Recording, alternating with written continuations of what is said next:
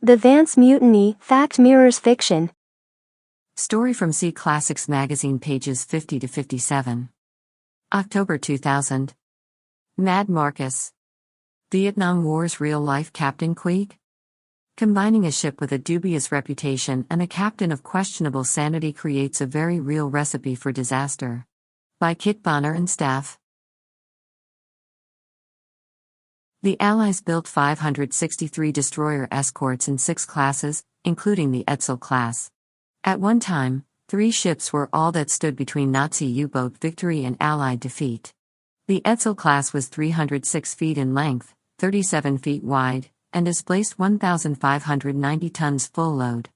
Her flank speed was 21 knots, powered by 4 Fairbanks Morse Model .8D81 diesel engines which generated 6,000 shaft horsepower. She was armed with 3 3-inch 50 caliber weapons with a Mark 51 gunfire director. She also carried 3 21-inch torpedo tubes and, for anti-aircraft defense, there was a twin 40mm mount and 8 20mm weapons. A SW consisted of 2 depth charge tracks, 8 DC projectors, and a non-trainable Hedgehog mount, with a total of 144 weapons. For a small ship that could be quickly assembled, she was adequate to fight and defeat a U-boat. As to the right of these ships, they were rough even in harbor. She carried 220 enlisted and 8 officers. The keel of the Vance, DE 387, was laid on 30 April 1943. She was launched on 16 July 1943 and commissioned on 1 November 1943. Note: in 1953, Vance was transferred to the U.S. Coast Guard with hull WDE 487 and served on Ocean Station Queen. The Vance ultimately was selected to be a DER after the Korean War on 1 October 1955. This was part of an interim method of detecting Russian missiles and bombers. It also included a deep freeze assignment when the ship was required to operate in the coldest regions of the globe. For a ship designed for tropical warfare, this was very difficult on the crew. The Vance was like most destroyer escorts and performed a yeoman job for the Allies. The Vance assisted in the kill of the U-616 on 14 May 1944. To rival this first action, the Vance captured the U-873 on 11 May 1945. The USS England DE-635 Buckley class captured or sank some 6 Japanese I-boats in an Imperial Navy patrol line in early 1943. Unfortunately, in December 1965, the Vance was assigned a commanding officer who fashioned himself a heroic figure along the likes of John Paul Jones, David Farragut, and Clive Cussler's fictional hero Dirk Pitt. Lieutenant Commander Marcus Aurelius Arneider took command on 22 December 1965. Arneider had graduated from the U.S. Naval Academy with mid-class standing. As his career progressed, he received some less than outstanding fitness reports, which delayed his promotions. When he was assigned to Vance at age 41, he was one of the oldest officers in the Navy at his rank, and he had a burning ambition to rectify that situation. Arneider came from a distinguished family. His grandfather, Baron von Arneider, was an aviation pioneer, and his father was an accomplished musician. Marcus himself had written the novel Shadow of Peril, published by Doubleday and Company, that dealt with incidents aboard a Soviet submarine. Arneider was promoted to lieutenant in 1956. He spent the early 1960s in the Pentagon, working on anti-submarine warfare plans. He had a reputation for brashness. He also had a flair for verbal criticism, and was known for his stubbornness and considerable ego, based on a superior report in his personnel file, and the endorsement of his former commanding officer, Captain Richard G. Alexander. The Navy's Ship Command Board cleared Arneider for command. However, the Chief of Naval Operations endorsed the approval with the promise, the board having decided in your favor, albeit with reservations. It seemed clear that Arneider's superiors considered him capable within certain limitations. Vance sailed for the Vietnam coast on 28 December 1965. Although the ship was cramped and the crew was tired, her new commander was ambitious. Lieutenant Commander Arneider appeared competent enough to the crew, though he exhibited some eccentricities. Early on, he ordered the replacement of a black toilet seat in his quarters with a white one. For some reason, the ship's executive officer, Lieutenant Ray S. Hardy, was embarrassed by the order, and that started a series of jokes circulating around the ship. Arneider also began to tighten discipline in the wardroom, insisting upon neat dress and correct table etiquette. He had a strong dislike for coffee stains and spilled ashes, and he also protested the pinup pictures from girly magazines plastered on the bulkheads. Vance had earned a reputation as a slack ship under her previous commanding officer, Commander Ross W. Wright. Wright was a personable and easygoing individual, popular with his junior officers, and with many of the enlisted personnel. But most of the petty officers regarded him as less than forceful in certain areas. The crew had become known for its unkempt appearance, and the ship reportedly was infested with cockroaches. Arneider felt he had to stiffen the demeanor of the ship's company in general, and the junior officers in particular. In so doing, however, he displayed several characteristics similar to those of WoW literary character Lieutenant Commander Philip Francis Queeg of USS Kane. Arneider told his crew on many occasions that he would take them where the action was. As part of his preparations, he acquired a second-hand fiberglass speedboat to augment the ship's assigned single-motor whaleboat. He used the ship's recreational funds to buy the powerboat, an action that in itself could have been sufficient to justify Arneider's relief. Surprisingly enough, the enlisted men serving aboard Vance seemed to have no great difficulty with his directives, and his disciplinary actions touching them were few and minimal in nature. But among the junior officers an underlying tension was developing. USS Vance departed for duty in the South China Sea as part of Operation Market Time. The operation's mission was to screen South Vietnam's coastal waters against VC infiltration. A major supply line for the VC and NVA was a seemingly endless series of sampans running the coastal gauntlet and delivering cargo to myriad concealed inlets. As part of the preparations for her fourth coming deployment off the coast of South Vietnam, Vance took aboard a supply of empty oil drums and sandbags during a stop at Guam. After departing Guam, Arneider ordered the crew to undertake small arms target practice, with 30-man teams using stacked sandbags as improvised parapets and firing at floating empty drums. Arneider's alleged peculiarities started to emerge during the first leg of the cruise. One consisted of having the crew awakened in the morning by a fife and drum reveille, rather than the customary bosun's call. The new reveille was called Hellcat's Reveille. Arneider also established a boner box in the wardroom for officers' errors, which included failure to maintain proper dress, of permitting lax discipline in their divisions. Officers were fined 25 cents for each infraction, and the offenders were not happy when they had to pay fines. The captain also issued detailed operations orders at the wardroom table, and he was always ready to berate or fine junior officers for trivial matters, such as misplacing cutlery. Vance's officers began to avoid the wardroom and the captain's lectures. Initially, the tightening of discipline was accepted, albeit grudgingly, by the junior officers. But when the captain went on to initiate character-building sessions, his crew began comparing Arneider's behavior to that of Captain Queeg of the Kane Mutiny. These sessions were held on the fantail, and usually commenced with prayers at sea, taken directly from a U.S. Naval Institute manual. Arneider normally followed with an address, touching upon the heritage of figures like Stonewall Jackson, George Washington or George Patton. The sessions closed with the rendering of Eternal Father, Strong to Save, a familiar hymn without reference to any specific religious persuasion. These apparently innocent meetings became the match that set the powder train afire.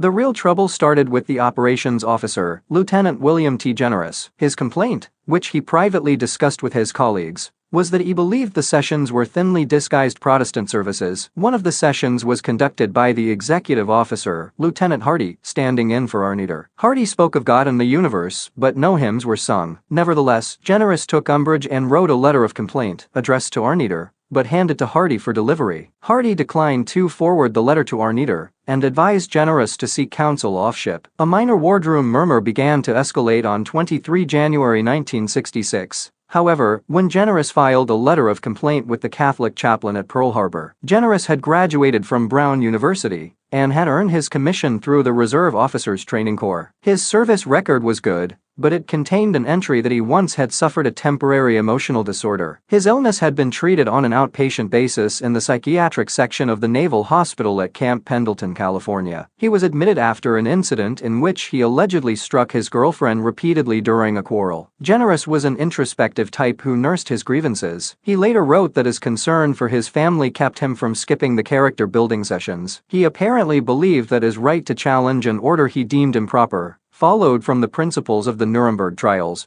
which he believed had defined and explained the loyalty a military person must show his superior. Generous's grievances continued to simmer as Vance entered the coastal waters of Vietnam. At one point, the ship sent a heavily armed landing party ashore to investigate a group of Vietnamese. As it turned out, they were refugees from a distant village that had been hit by an airstrike. The landing party withdrew, but the review of the after-action reports resulted in Arneider being commended for his alert and aggressive action. Generous, however, concluded that the operation had been unwarranted, and he recorded the incident in a file he began keeping on Arneider.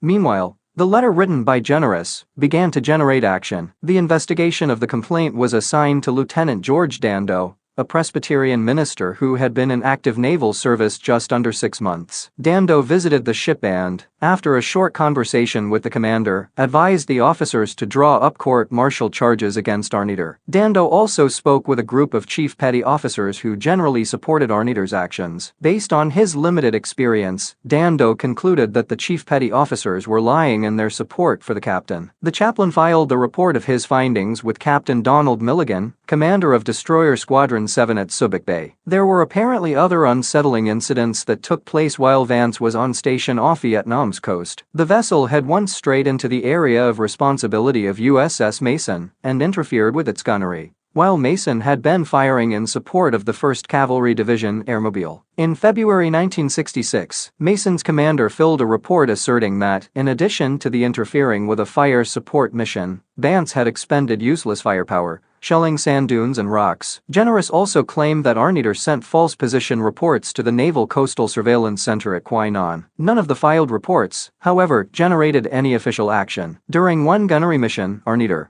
wearing a helmet and an ivory-handled revolver, reportedly ducked behind a splinter shield when ricochets began to fly. That prompted another round of disparaging remarks among the junior officers. During another mission, Arneider allegedly failed to issue orders to the helmsman to change course. The record kept by Generous noted that the executive officer had to rush to the bridge to order a change of course to avoid running the vessel aground. Generous began calling the captain Mad Marcus. That nickname spread when Generous enlisted Louis Belmont in his campaign. Generous advised Belmont to begin listing the captain's peculiarities in a Mad Marcus log. Belmont ultimately compiled 58 pages in his log. The actions of the junior officers on USS Vance were rapidly beginning to mirror those of the fictional USS Kane.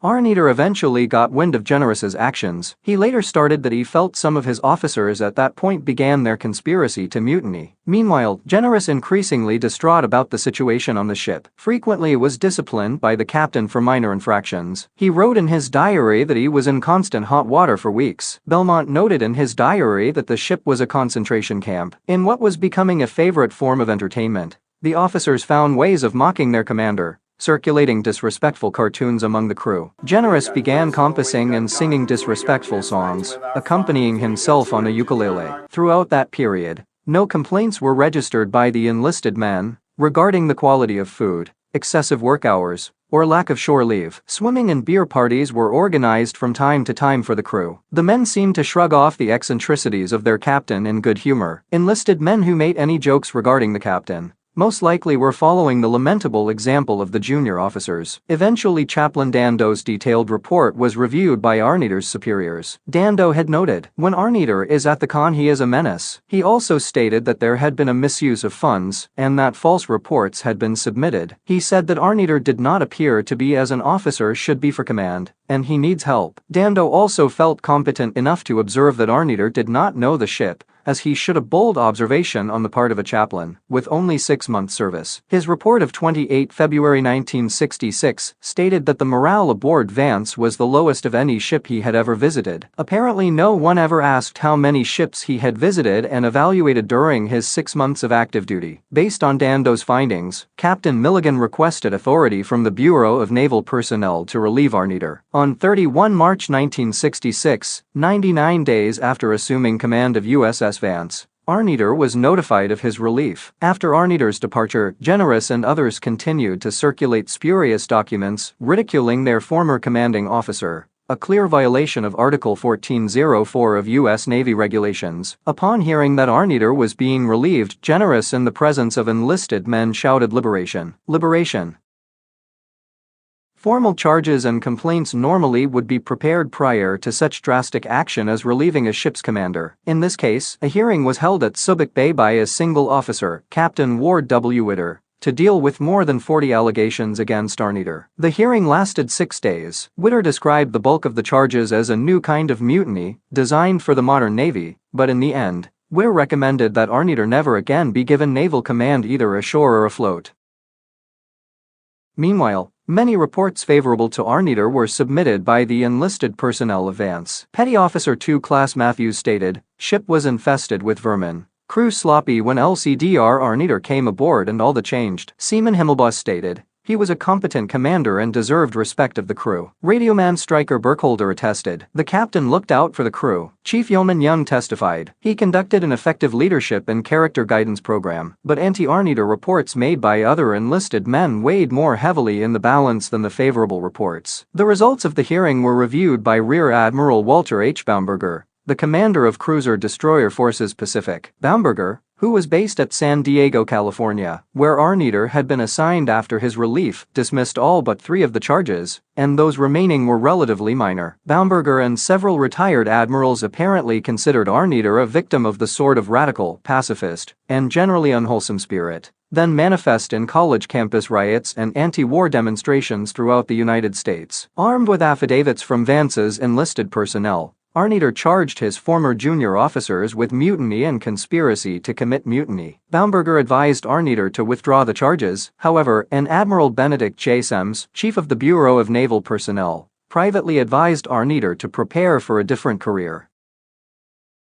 But Arneider was tenacious. On 1 September 1966, he filed a report citing additional evidence concerning subversion, mutinous activities, and conditions aboard the USS Vance before, during, and after my command. He charged that subordinate officers had covertly sabotaged his efforts to rehabilitate USS Vance and her crew. An affidavit from several of Vance's petty officers stated, "This trouble was people had been too used to change. As soon as Arneider left the ship, everything slumped again." Congressman Joseph Y. Resnick initiated a congressional hearing to review the situation. Resnick was convinced that Arneider had been railroaded. During a May 1968 hearing, 85 U.S. representatives signed a petition calling for Arneider to have his day in court. It was to little avail. In confirmation of Arneider's relief, 20 recommendations for awards for bravery that he had submitted were subsequently rejected and returned without action. Although he had the benefit of wide support, Arneider was subsequently assigned to minor staff positions. The issue was swept under the rug. None of the junior officers who had accused him remained in the Navy. Captain Richard Alexander was one officer who tried to help his former subordinate,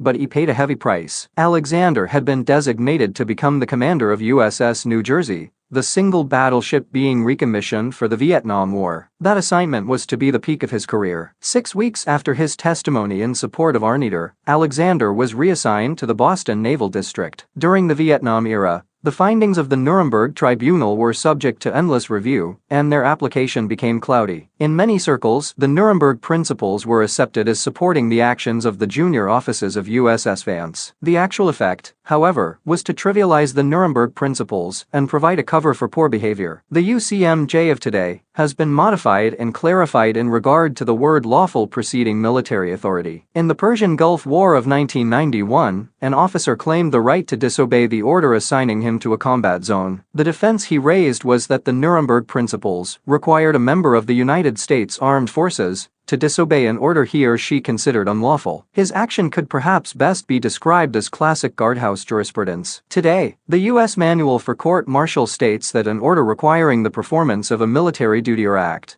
may be inferred to be lawful, and it is disobeyed at the peril of the subordinate. Inference does not apply to a patently illegal order. A patently illegal order is one such as ordering troops to kill unarmed civilians or to participate in theft. The failure of officers to assist in maintaining discipline and good order, coupled with the paucity of support for Arneider, may have contributed to later incidents of sabotage and disobedience that plagued the aircraft carriers Kitty Hawk and Constellation in 1972. During the Vietnam War era, commanders were reluctant to order courts-martial in their organizations, no matter how well-deserved, in order to avoid actions that could have been detrimental to their own careers. Their lack of decisive action cast a long shadow over the U.S. military, resulting in a severe degradation of discipline. It took many years to repair the breakdown in the military discipline of the U.S. Armed Forces. Arneider retired from the U.S. Navy on February 1971. Generous was discharged in 1967. He subsequently dabbled in anti-war activities and continued his education at Stanford University. Belmont considered staying in the Navy, but he, too, left after one additional year of service.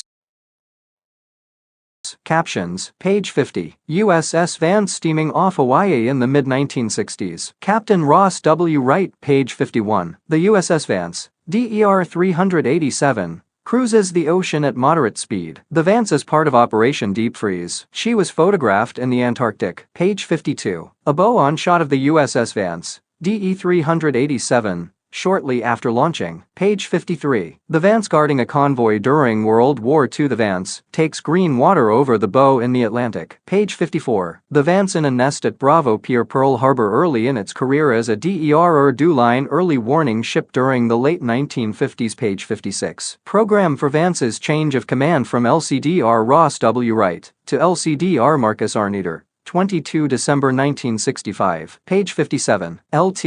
Tom Generous at Captain's Mast, with LCDR Arneider Vance's fiberglass scout boat. Text-to-speech conversion done at https://www.ibm.com. Watson Text-to-Speech Voices.